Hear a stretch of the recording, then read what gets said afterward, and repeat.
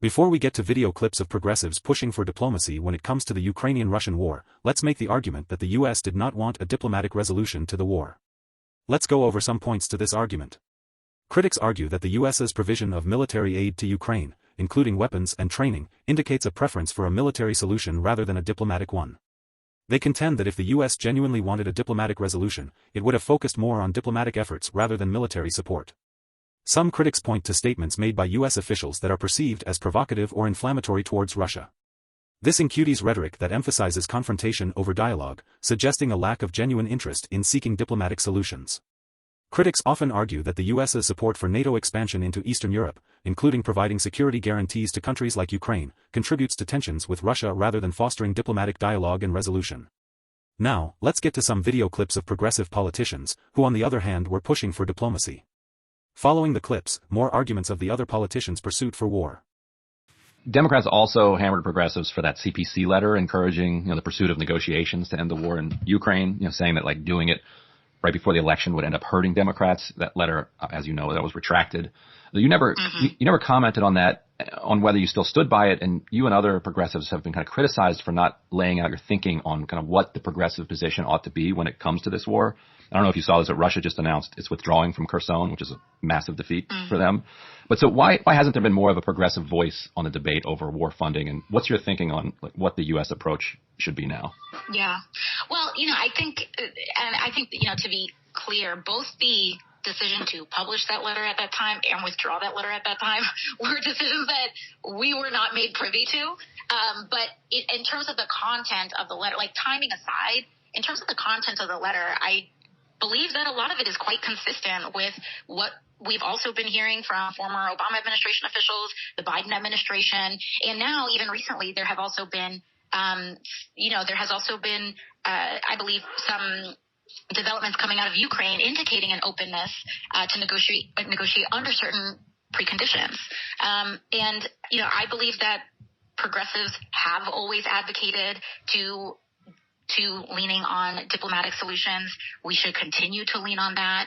I think that the large asterisk is Russia, how can we bring Russia to the table without compromising Ukrainian sovereignty and just core principles of self-determination. But that is really what the landscape of diplomacy is about. And even when Obama was on Pod Save America several weeks ago, he discussed about how at this present time, diplomatic relations are likely worse than they may have been almost at any point during the Cold War, which is a very dangerous place to be.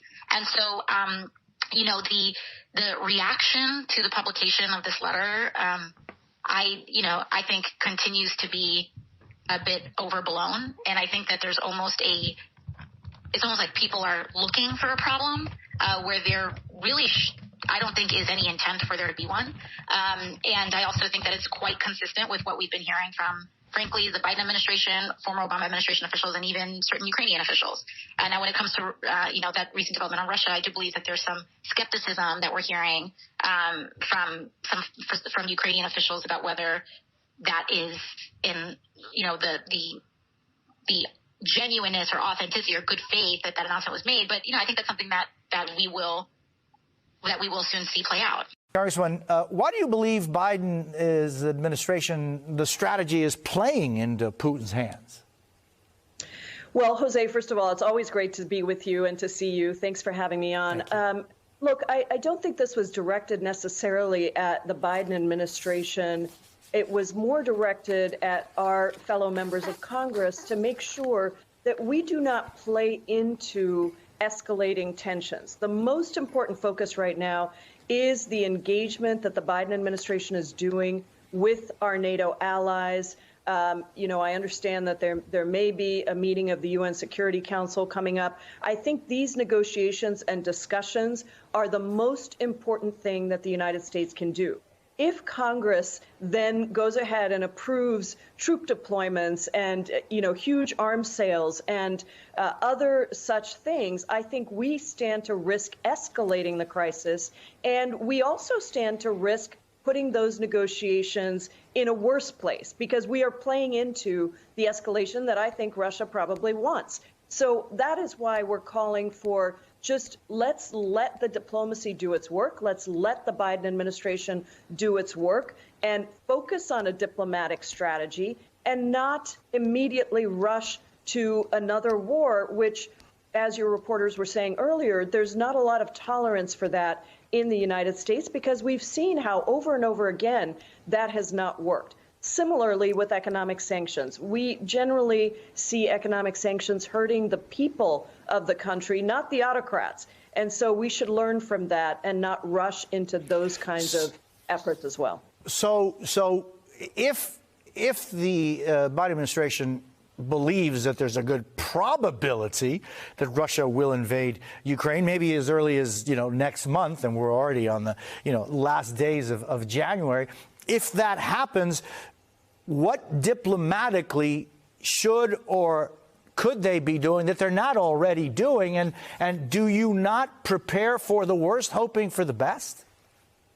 Well, I don't think you can prepare for sending troops into a region without really knowing that it's necessary or what the situation there is, or without building a diplomatic agreement around whether or not we should all escalate in that way.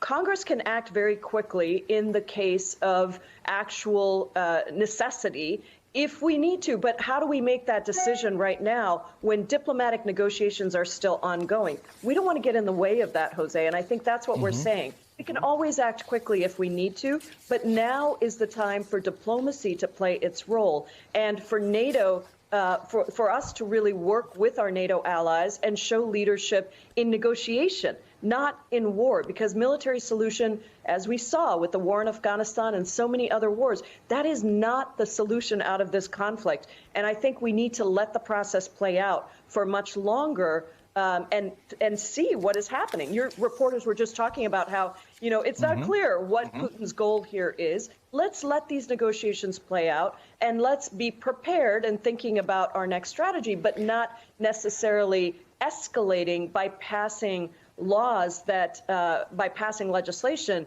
that clearly escalates in the crisis before we know what the situation is.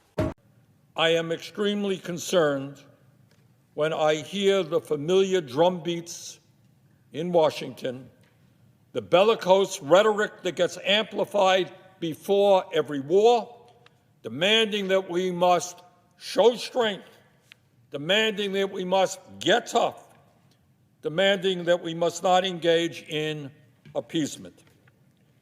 A simplistic refusal to recognize the complex roots of the tensions in the region undermines the ability of negotiators to reach a peaceful resolution.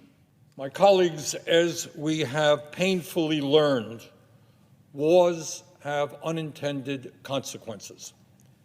They rarely turn out the way the planners and experts tell us they will.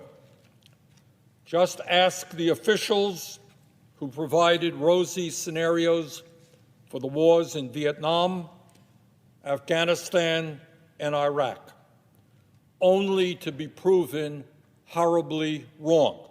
There are estimates, however, that come from our own military and intelligence community that there could be over 50,000 civilian casualties in Ukraine, not to mention millions of refugees flooding neighboring countries as they flee what could be the worst European conflict since World War II. That is why we must do everything possible to find a diplomatic resolution to prevent what would be an enormously destructive war in Ukraine.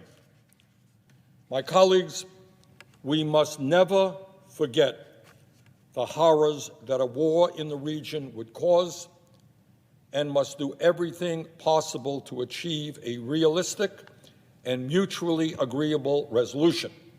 That approach is not weakness, it is not appeasement. Bringing people together to resolve conflicts without war is strength, and it is the right thing to do. Some argue that the US has broader geopolitical interests in the region that may not align with a swift or peaceful resolution to the conflict. This could include desires to weaken Russia's influence or maintain instability to justify military presence in the region. Critics also point to the influence of defense contractors and lobbyists who benefit from increased military spending and arms sales. These actors may have a vested interest in perpetuating conflict rather than seeking diplomatic resolutions.